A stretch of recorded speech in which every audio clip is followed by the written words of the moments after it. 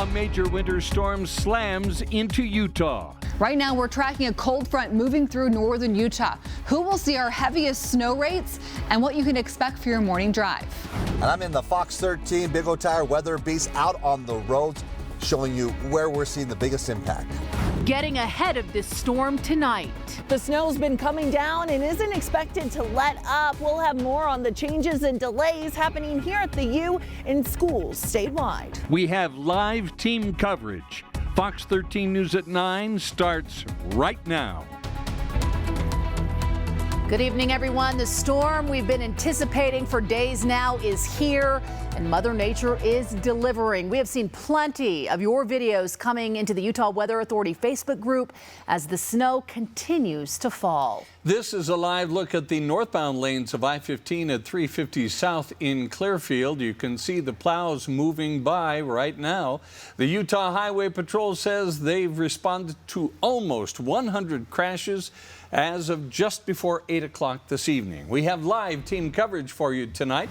Utah's Weather Authority Breck Bolton is in the Fox 13 Big O Tires Weather Beast, and Fox 13 News reporter Emily Tenser is tracking how this storm is shutting down parts of the state. But we start with Utah's Weather Authority, Allison Krogan, with how this snow will impact all of us tonight, overnight, and of course into the morning drive, Allison. Yes, absolutely. We do have very slick roads out there right now. This report coming in our Facebook group as well of 5 inches of snow in Brigham City. As we do look at Powder Mountain, we've got a report of 9 inches of snow. Logan, 5 inches of snow. These are just preliminary. Totals are starting to come in, and of course we're not done with this storm yet. We've got more on the way as this front is now down in Utah County, continues to track further south through about midnight tonight, making it to Price. Wind really ramping up out ahead of this front, but we're going to see widespread snow by 3 o'clock in the morning for much of the state. As we look at satellite and radar right now, we've seen that transition from rain to snow here along the Wasatch Front, and we've got areas of snow coming down, creating slick drives. We're hearing about lots of cars just not being able to make it up steep hills in their neighborhoods, surface streets, highways also running a little slow this evening. So let's go ahead right now. Let's check in with Utah's Weather Authority, Breck Bolton. He's live in the Big O Tires Weather Beast. Hey, Breck, where are you?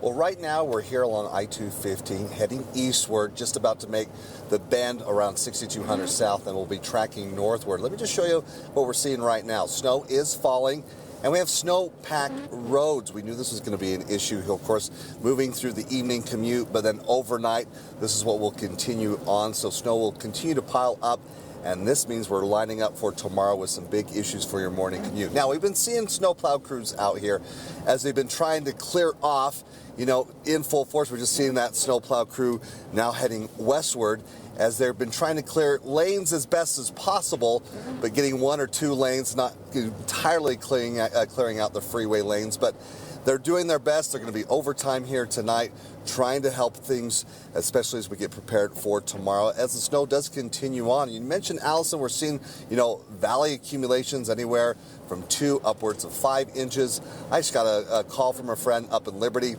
He's got 14 inches up in Cherry Peak. They're at 16 inches. As you mentioned, we're just getting going with this storm as it will continue on overnight. So this is going to be the situation. Allow yourself, if you don't need to travel, don't do so tomorrow.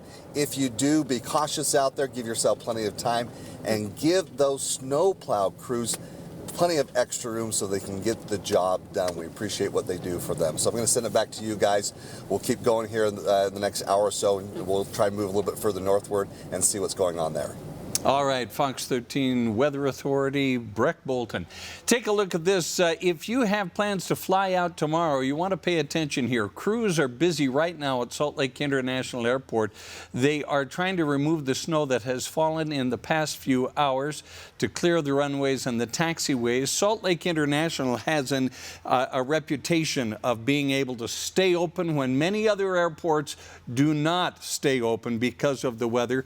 And so the crews at Salt Lake International are trying to stay true to that reputation right now, keep those runways and taxiways open. They are working hard, but it's not a pretty situation right now at the airport. This is FlightAware's misery map.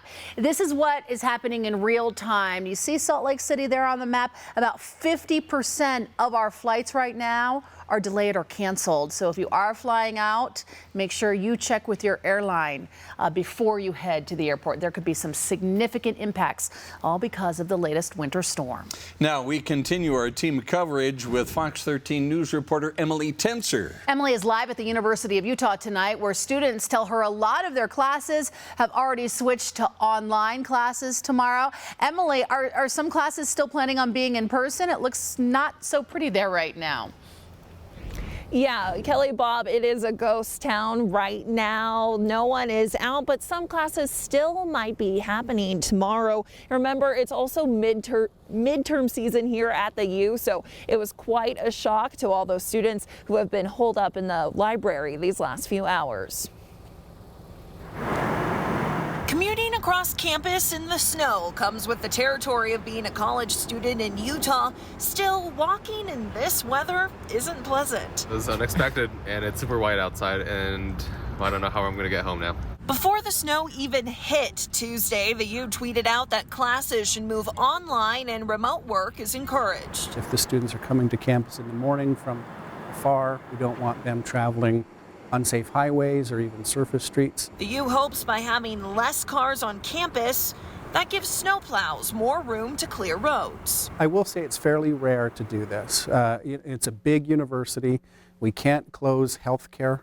We can't close many aspects of research or any student-facing things. The decision came out of the university's Emergency Management Operations Center, part of the brand new public safety building. Stuart Moffitt says the U is the largest employer in the state. We're about 70,000 people on campus when people come up for either the hospital or for regular activities. So to make a decision like this, we have to weigh all of the possible consequences. Consequences for drivers and students on foot. The hilly campus is not ideal terrain when the sidewalks slick over. It's terrible. I have to walk all the way to my dorm up there, and I slip all the time. For updates on closures and delays here at the U and other public schools, scan the QR code on the screen. That should take you to an article with the most up-to-date information that's happening across the state. And remember to keep monitoring and refreshing that article, because a lot of these districts and universities make the decision early in the morning. Reporting live at the University of Utah, Emily Tenser, Fox 13 News, Utah. Emily, be careful out there. Already, in fact, the Canyon School District is pivoting now to remote learning, while Judge Memorial Catholic High School and Our Lady of Lourdes Catholic Schools have canceled classes for tomorrow. You can get the very latest on the roads, also what the school districts are doing, many of them saying they'll make the decision by 5 a.m. tomorrow. We'll let you know. Join us tomorrow morning on Good Day Utah. We're here for you starting at 4:30 a.m. With this storm, the avalanche danger in northern Utah has increased. Here's a look at where things stand right now. Most areas along the Wasatch Front have a moderate danger rating, but Logan is currently rated considerable. Forecasters with the Avalanche Center say while this storm is really going to be great for our snowpack, people need to tread lightly the next several days so they don't trigger a slide. What we need to do as backcountry travelers, whether we're skiing, boarding, snowmobiling, out snowshoeing, is simply stay off of and out from under steep wind-drifted slopes. And those are going to be slopes that generally face the north half of the compass. You can always go to the UtahAvalancheCenter.org website for the latest forecasts around the state. A Utah Senate committee approved a bill today that would crack down on bars that overserve alcohol. West Jordan Representative Ken Ivory's bill was run following the death of this boy, 13-year-old Eli Mitchell, last year by a drunk driver. The bill requires bars to preserve video and other evidence. When put on notice, there's an investigation. The bill has been significantly changed since it was first introduced. Mitchell's grandfather spoke to lawmakers before they voted this evening about why they should support this bill. Serving alcohol to those who are driving vehicles can be a dangerous situation.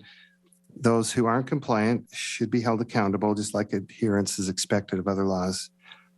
We've challenged industry to be proactive for solutions to help everyone, and hope that profits will not be put before the safety of the public. The bill now heads to the full Senate for a vote. If it passes there, it will head to the governor's desk.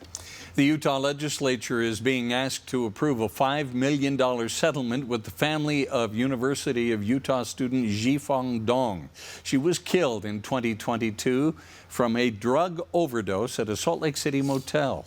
The university acknowledged shortcomings in how it handled an intimate partner violence report between Dong and her boyfriend and did not turn it over to police until she was reported missing.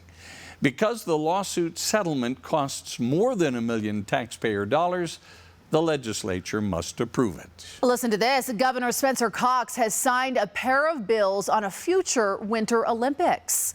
The bills passed by the Utah State Legislature authorize him to start entering into agreements on behalf of the state for venues, infrastructure, and other needs. They also state that Utah is ready, willing, and able to host a future Olympic Games. Salt Lake City is in the running for the 2030 or 2034 Winter Olympics. It's game time for snowplow drivers when it comes to tonight's winter storm, how they're preparing to keep us safe on the roads. After suffering cardiac arrest last month, a Provo police officer is reunited with his fellow brothers in blue that helped save his life. Real Salt Lake opens the MLS season this weekend. Hear from the team in sports.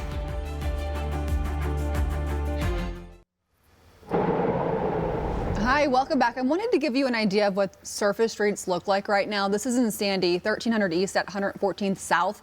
This particular area must be a steep hill because I've seen several cars stalling out here in the last 20 minutes and other vehicles having to get out and help push them up the hill. I also want to mention that Provo Canyon will be closed for avalanche work tonight through 8 o'clock in the morning, milepost 10 to milepost 13. And I'm also getting reports from viewers that Highland Drive between Fort Union and Bengal Boulevard have been really tough, as well as several vehicles that have been getting stuck this evening. So if you're venturing out, please be really careful. And if you can, stay home this evening. Our forecasts come up in a moment. Now to a story you'll only see on Fox 13 News. After suffering cardiac arrest, a 37-year-old Provo police officer is alive and well, all thanks to the quick action of fellow officers. Tonight, the officer and his family were reunited with those responsible for saving his life. Fox 13 News reporter Chris Arnold shows us. A new perspective since January 2nd. Living more in the moment and enjoying life. It was just like any other night for Trevor and Tiffany Thomas. I was asleep, but he still was awake. And then our youngest daughter, 4-year-old, woke up and he brought her into the room. That's when Tiffany said she started hearing noises coming from her husband. Knew like instantly that he wasn't okay. Just tried so hard to get him to wake up. And, you know, he was just staring off. She says Trevor, a 16-year veteran of the Provo Police Department, started turning blue. Tiffany called 911. Within minutes, Santaquin PD arrived at their home. They ended up having to use the AED device. And what I remember is they shocked him. They ended up having to shock him 2 times. Trevor was taken to Mountain View Hospital in Payson. My last memory is probably sometime that day, earlier that day. And then about a week later, I can remember pieces of the hospital. They call it idiopathic VFib because they can't find a known cause. Well, Tiffany calls her husband a true miracle, saying the survival rate for what he went through is just 3%, with a 20% chance it could happen again. It says, a small thank you for their greatest gift. thank you for helping fix our dad's heart. We will forever be grateful for your bravery. And to recognize those that were involved in saving your life. And a reunion that may not have happened. The Thomas family getting to meet the men and women who were there during the worst moment of their lives. 7 years is my first time. That's really special. And knowing that he has an entire family and 4 children, and that means something a lot. Brothers in blue. Knowing that our training and our experience can actually pull through and save a life, I believe he probably would have done the same for us as well. Without a key tool, the outcome could have been much different. Having an AED that can deliver a shock within 4 to 6 minutes really makes a difference in a patient's life. Just 6 weeks later, Trevor's back at work and getting back to normal. And thankful for being here for me, but thankful for what they do every day for everybody around here. In Santaquin, Chris Arnold, Fox 13 News, Utah. Well, we've been talking about it all afternoon for the last several days. In fact, this big storm that has hit us finally here in Utah. It is really impacting drivers, of course, outside on the roads right now, Allison. The canyons are closed. We've got an interlodge happening right now at Alta. But for everyone preparing for the morning, their plans may still be up in the air with school closures and what it's going to be like. That's right. I know a lot of people have been getting out. I had a viewer that told me they were on their third time of clearing their driveway in Ogden. Take a look at this snowbank in the Cache Valley. This picture just came in from Annie. This is her mom. She says her mom is 5'3" for scale, so that is an impressive snowbank. We have winter storm warnings for the entire state through tomorrow, at least for our entire I-15 corridor, I should say, and our I-80 corridor. This is going to be through Wednesday night, heavy snow and also areas of blowing snow. Plus, we have a lot of wind happening right now across southern Utah, and it's also breezy here across the north, but highlighted in orange from Price down through Capitol Reef over towards Colorado City and lower Washington County. We're looking at high wind warnings, so we're going to see wind gusts about 40 to 55 miles per hour with the potential for some strong wind gusts to get closer to about 60 to 70 miles per hour. And we also have avalanche warnings through 6 o'clock in the morning for the northern Wasatch Mountains from I-80 up into Idaho. So for Salt Lake City right now, we've got snow coming down. Take a look at what the roads look like downtown Salt Lake City. A live look from the Salt Lake Tribune camera. We've got a 32-degree temperature here in Salt Lake that feels like 24 with visibility down to 1 mile right now. Roads are running slow. Surface streets, especially ones that have a steep incline, those are seeing a lot of slide-offs, a lot of cars that can't make it up those hills. So you got to make sure your car is prepared for areas if you're going to be traveling on the roads tonight, because we do have some moderate to heavy snowfall coming down from Salt Lake City, Salt Lake County up towards Layton. We're looking at still moderate snowfall coming down for the Cache Valley, Brigham City down through Ogden and into Utah County. That's now filling in. You had rain for a lot of the evening. We've made that switch, and we're going to continue seeing snow throughout much of the night for northern, central, and eventually southern Utah. Right now it's pretty scattered across southern Utah, but wind 10 o'clock tonight, 50 miles per hour for Cedar City through 7 o'clock tomorrow morning, 20 to 40 miles per hour here across the state. Still windy throughout 3 o'clock tomorrow throughout the day, particularly down towards the Four Corners. So as we look at our winter storm impacts over the course of the next several days, Sierra Nevada really tough off to our west into California. But for us here in Utah, even highlighting Salt Lake County, we're looking at moderate to major impacts even here in the valley. So we're going to have tomorrow morning, 7 o'clock in the morning, widespread snow here across the state. We're going to see pretty big travel impacts throughout the night and tomorrow morning. Tomorrow, a high of about 30 in Salt Lake, into the teens for Park City, Moab 44, tomorrow St. George 41. This is a large winter storm that's bringing impacts to a lot of the country. Now we head into tomorrow afternoon. We're going to become more scattered in nature, and then our storm will taper off. But we've got another storm that follows Thursday night for St. George. You're going to see some more chances for some snow. So tomorrow 41, 42 on Thursday, close to 50 to 55 this weekend. For Salt Lake, we're 30s through Friday, close to 40 this weekend. We'll break down snow chances and totals coming up in your Super 7-day forecast. Allison, thank you. A lot happening tonight. Straight ahead, we have an update on that massive tax cut package in the works on Utah's Capitol Hill that will impact virtually everyone in the state, where it stands tonight. And will Utah Senator Mitt Romney run for re-election? What he told reporters today.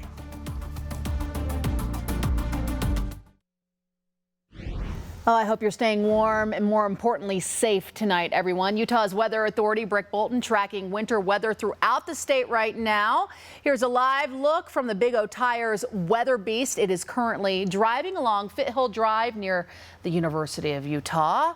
We have Utah Weather Authority, Brick Bolton. Again, he's giving us real-time conditions out on the road. We'll get an update from him coming up in just a short while. And of course, Utah Weather Authority, Allison Krogan in studio, tracking the snow where you live.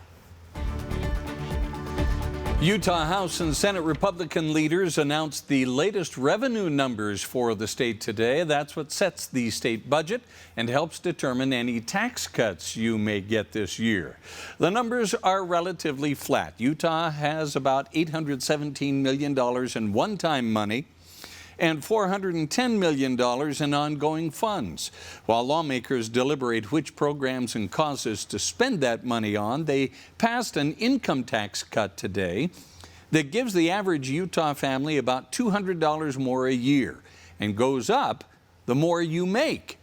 Some lawmakers criticize the bill as not helping the working poor, but the bill's sponsor defended it. This is not a zero-sum game. We're giving Utahns back $400 million, and if they need that to fix their car, to buy school supplies, or if they feel so inclined to give it to the charity of their choice, that's their prerogative. The tax cut bill now goes to the full House of Representatives. Utah Senator Mitt Romney says he has not made up his mind yet whether to seek re-election next year. Listen to this. But I'm confident that I would win if I decide to run. I'll have the resources. I have an extraordinary team, and I believe the people of Utah would be with me. Speaking to reporters today, he said he will make a decision sometime in the spring. I'm on the road, showing where we have snow-packed roads and treacherous conditions. What can you expect for the rest of the night? We'll let you know. As the snow piles up tonight, some of Utah's most vulnerable have nowhere to go. I'm Nancy. I was just telling him about you guys. Nice to meet you. Coming up, one Utah city has a unique approach to helping those in need stay warm and dry. Coming up, a behind-the-scenes look at how snowplow drivers are preparing to keep us safe during the winter storm. 3 games left in the regular season for Utah State. They play tonight. Highlights in sports.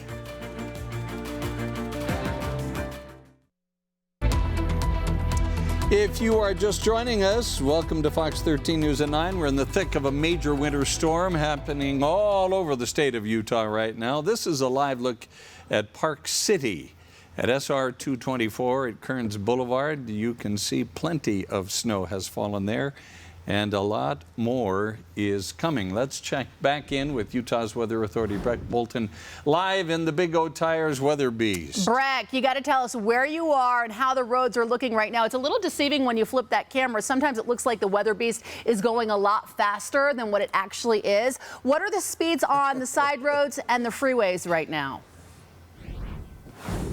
Well, we're taking it slow here. We're still on Foothill Drive. We switched around now, heading away from the University of Utah, so moving southward. We were trying to follow a snow plow, but then we got stopped here at this red light, so we weren't able to quite follow as closely, which of course we want to give them space.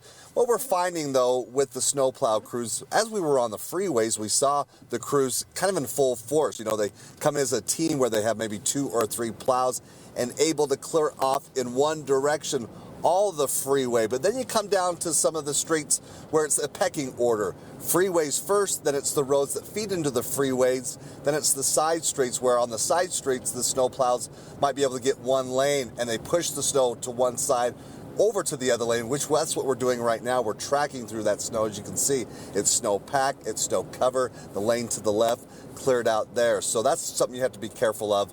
Definitely where they're going to be busy tonight and hopefully be able to clear out. But again, what will happen is they start clearing out maybe one lane on the side streets.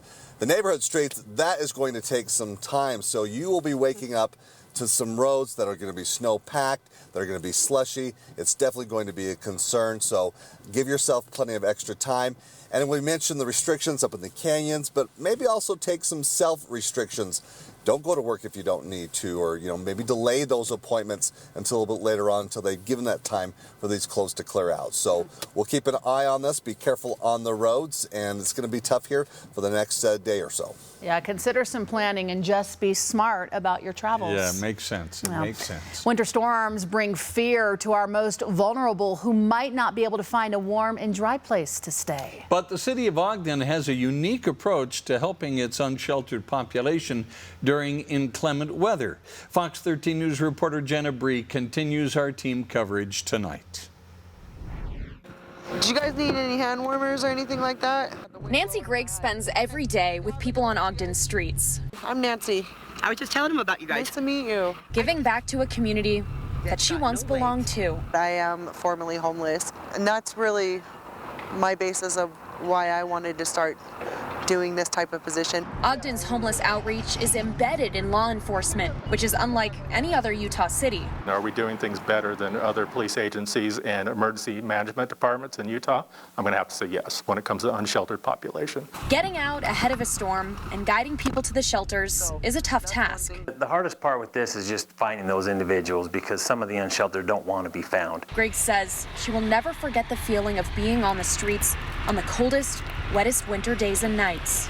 It's absolutely miserable. Not only is it hard to be homeless because then you feel like people are looking down on you and you're either invisible or you're a problem. Being in the cold and being completely alone, it's one of the worst feelings in the world. She says Ogden's homeless advocates have a trauma-informed approach. They create case management plans for each individual. Okay, dude. I'll see you later. Helping them get IDs, find housing, and navigate the legal system. They're still people. Whether they're unsheltered, not unsheltered, mental health, trauma, whatever the case may be, people are people. So it's important to look at them as a person, not as a problem. Ogden's emergency manager told me with this winter being so cold and wet so far, they're averaging 10 to 15 code blue days every month. Reporting in Ogden, Jenna Bree, Fox 13 News, Utah.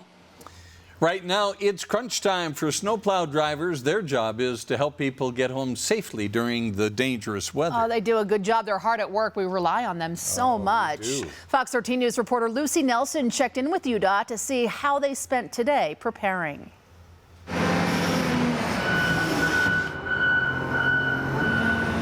It's a race against time for UDOT crews. They're calm before the storm, more like controlled chaos. From loading thousands of pounds of salt in plows to checking every small detail on the equipment. Make sure we're greased up, no hydraulic leaks, that we're not going to spray hydraulic fluid all over, make sure we're not making roads worse. John Ride will be taking the wheel as soon as snow hits the road. In the cabs, you're always listening to the radio. We have cameras on one side of our mirrors that we always just keep an eye on. It helps eliminate some of our blind spots, but there's always so many blind spots. You can't see everything. He says it's a dangerous task driving the large plows in the worst weather conditions. With heavier storms like this, we create what are called windrows, where all the snow comes off the plows, and by the end of the fourth plow, it can be a foot high, depending on how much snow there is. He knows they drive slow, but asks drivers to be patient. When they try to pass us, they drive in front of us, and they end up spinning out because there's no salt or sand on the road yet. When they head out, Ride says they're clearing the roads for law enforcement and first responders too. We want the roads clear for ambulances, so we're not only doing this for ourselves, but our own families and for everyone that we can. He says as long as snow is still falling, crews will be working throughout the night to keep the roads clear. In Salt Lake City, Lucy Nelson, Fox 13 News, Utah. The Securities and Exchange Commission says the Church of Jesus Christ of Latter-day Saints spent years hiding its investments. The church was worried about public perception if it got out that it controlled so much wealth. Now the church has to pay a fine. And coming up, rain has transitioned to snow for all of the Wasatch Front, with moderate to heavy snow coming down Salt Lake up through Ogden right now. What to expect during the overnight hours, plus avalanches and wind, a big concern. Wind especially for southern Utah. More on what to expect the rest of tonight in the forecast. We'll be right back.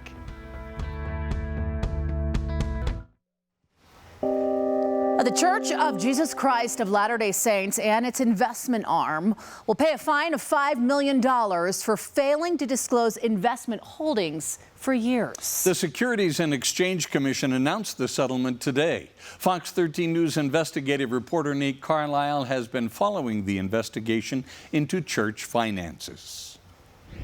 It's difficult to defend the church's conduct here, that they are not above the eyes of the law. Jeff Schwartz teaches securities law at the University of Utah. he can't find another example of investors hiding portfolios for 20-plus years. And it's also important for the general public to understand who owns America's largest companies, who are the biggest shareholders behind Apple, AT&T, Microsoft. The SEC says the obfuscation began in 1997 when the church created Ensign Peak Advisors to manage $7 billion. By 2018, the last year the church was unforthcoming, the portfolio grew to $32 billion.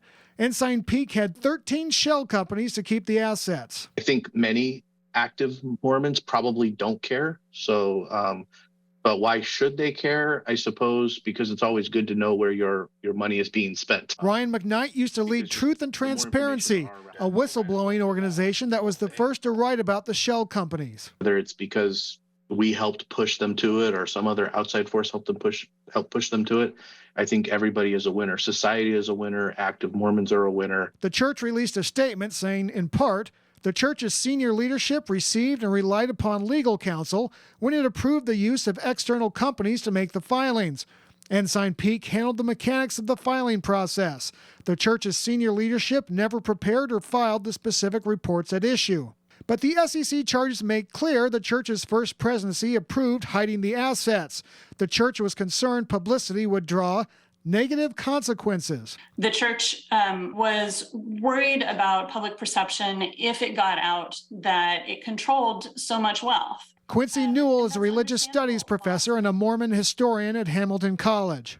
It was precisely that discomfort that people have with religious organizations having a lot of wealth that led the church and its investment advisors at Ensign Peak to pursue the strategy that ultimately led to these charges by the SEC. In 2019, a former employee of Ensign Peak Advisors asked the IRS to investigate whether the church misused its tax-exempt status. The IRS has never commented on such an inquiry. At Temple Square, Nate Carlisle, Fox 13 News, Utah. More bills unveiled in the Utah State Legislature over the Great Salt Lake. I'm Andrea Urban, and today the Utah Jazz have signed 2 new players to 10-day contracts. I'll tell you who coming up in sports. Plus, Real Salt Lake opens the Major League Soccer season this weekend on the road against Vancouver. Hear from the team next.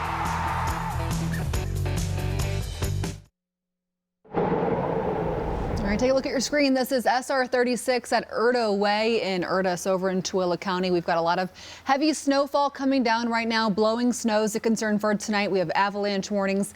There's a lot to get to coming up in your full forecast in a few minutes. The public cares about this. We're worried about Great Salt Lake, and we have not seen response that matches the urgency of the crisis.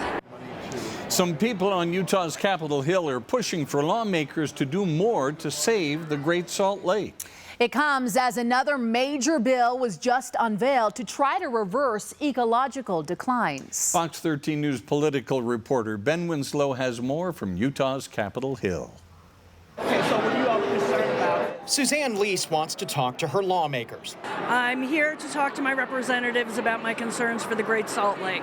She joined the group Save Our Great Salt Lake to push legislators to do more and faster to help get water into the lake. Last year was supposedly the year of water here. A couple of weeks ago was the week of water, and yet we have not seen any substantive legislation passed that is going to get water into the lake immediately. The Great Salt Lake is at a historic low as a result of water diversion, drought, and a changing climate. The threat it presents to northern Utah is extreme, with toxic dust storms and impacts to public health, wildlife, and the economy. They could do better. They could act quicker. The legislature has introduced a number of bills centered around the lake, but Save Our Great Salt Lake says they need to do more. What we really don't want to see, what we have been seeing, is this idea that the heavy snowpack this year is going to buy us some time. I mean, certainly it does give us a little bit more time if that water makes it to the lake. We have been making promises all session that we're going to take the Great Salt Lake seriously. You know, we did a lot last session. We're continuing to do a lot more. Representative Casey Snyder, who chairs the legislature's bipartisan Great Salt Lake Caucus, has introduced a new bill that charges royalties and taxes on mineral extractions with money earmarked for the lake. It also requires those companies to do work to minimize their footprint and get water into the lake. It authorizes state agencies to take emergency measures to prop up the lake. There are measures in that bill that help identify what we need to do going forward as the lake hits critical thresholds. So it's talking about management berms as necessary, the importance of ecological functions in the lake. As I see it, this bill is an important first step in giving the Division of Forestry, Fire and State Lands the opportunity to get ahead of the curve. Linda Freitas with Friends of Great Salt Lake thinks it's a good bill. This actually gives, again, the division the responsibility, the authority, the initiative to oversee how best to manage on behalf of the system with limitations of elevation and salinity concentrations. A series of bills on the Great Salt Lake will be heard in a House committee on Wednesday. On the Hill, Ben Winslow, Fox 13 News, Utah. A bill to get rid of the state sales tax on food finally got a unanimous vote in committee today. Utahs have made it clear that removing the sales tax on food is their top priority.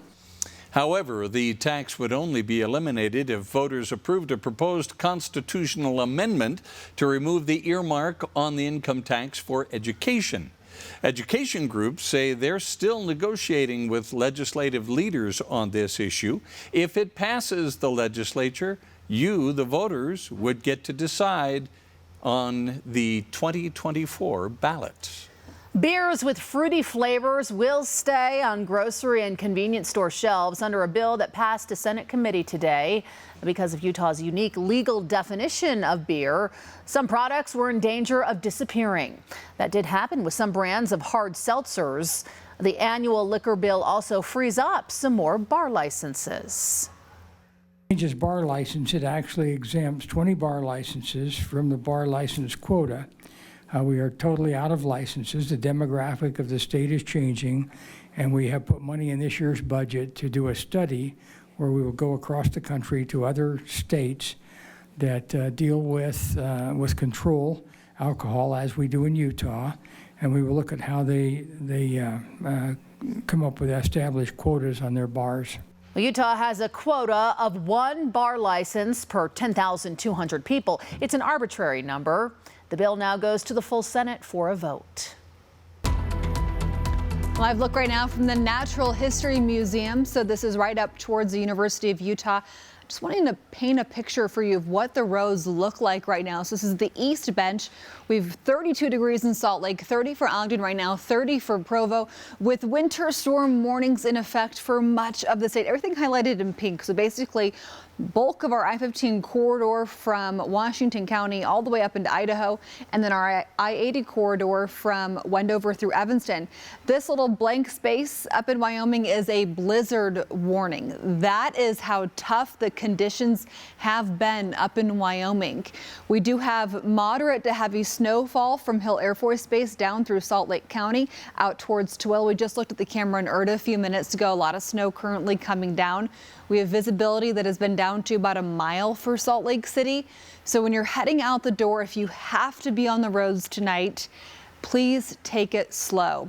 Please be aware of the cars around you. And then as we head into the overnight hours, we're going to continue with widespread snow.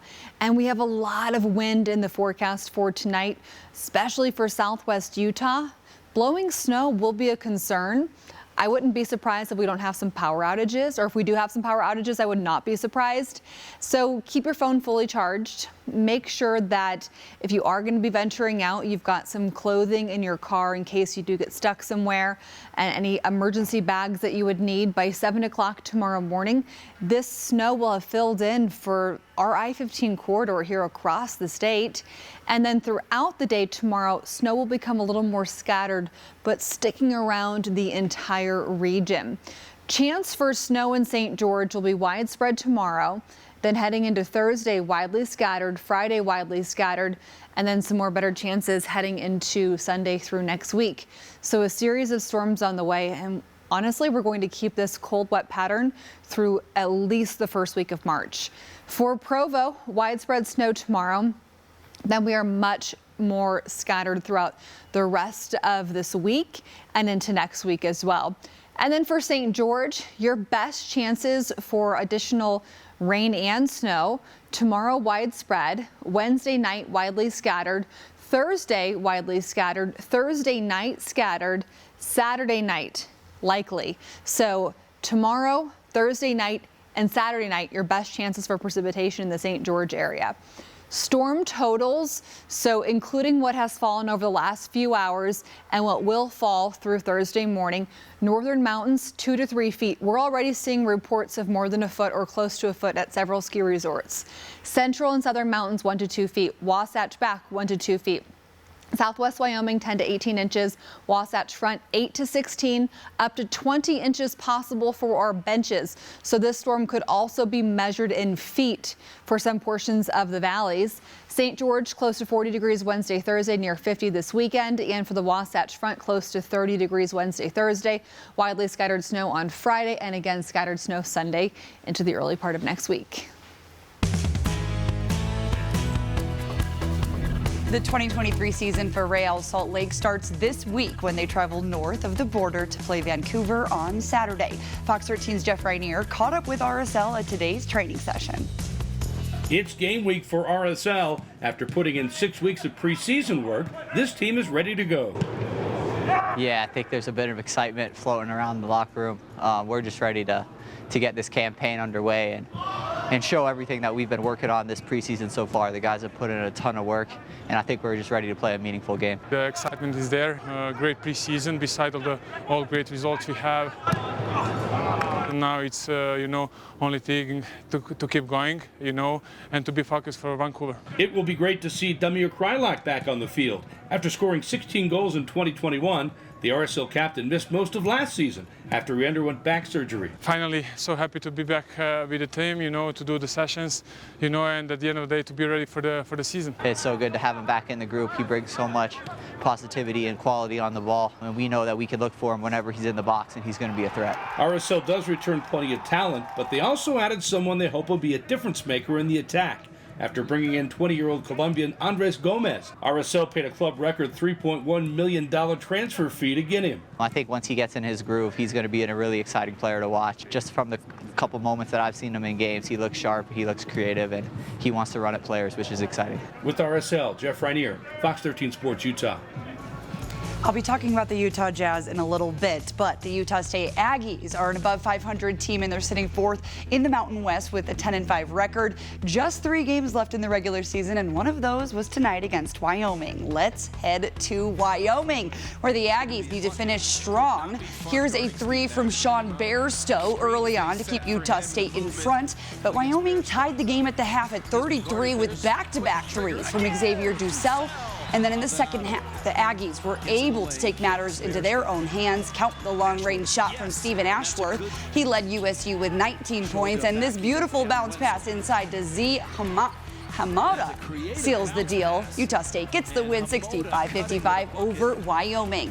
And I mentioned the Utah Jazz. Former Lone Peak High School star Frank Jackson and current Salt Lake City Stars guard participated in the G League Next game during the NBA All-Star Weekend, and reported by The Athletic today, Frank Jackson has signed a 10-day contract with the Utah Jazz. And in addition to Jackson, the former number 5 overall pick Chris Dunn is signing a 10-day contract with the Jazz as well. First reported by The Athletic, Dunn is a 6-year NBA vet, and he has played for Capital City in the G League this season. That'll do it for sports. We'll be right back.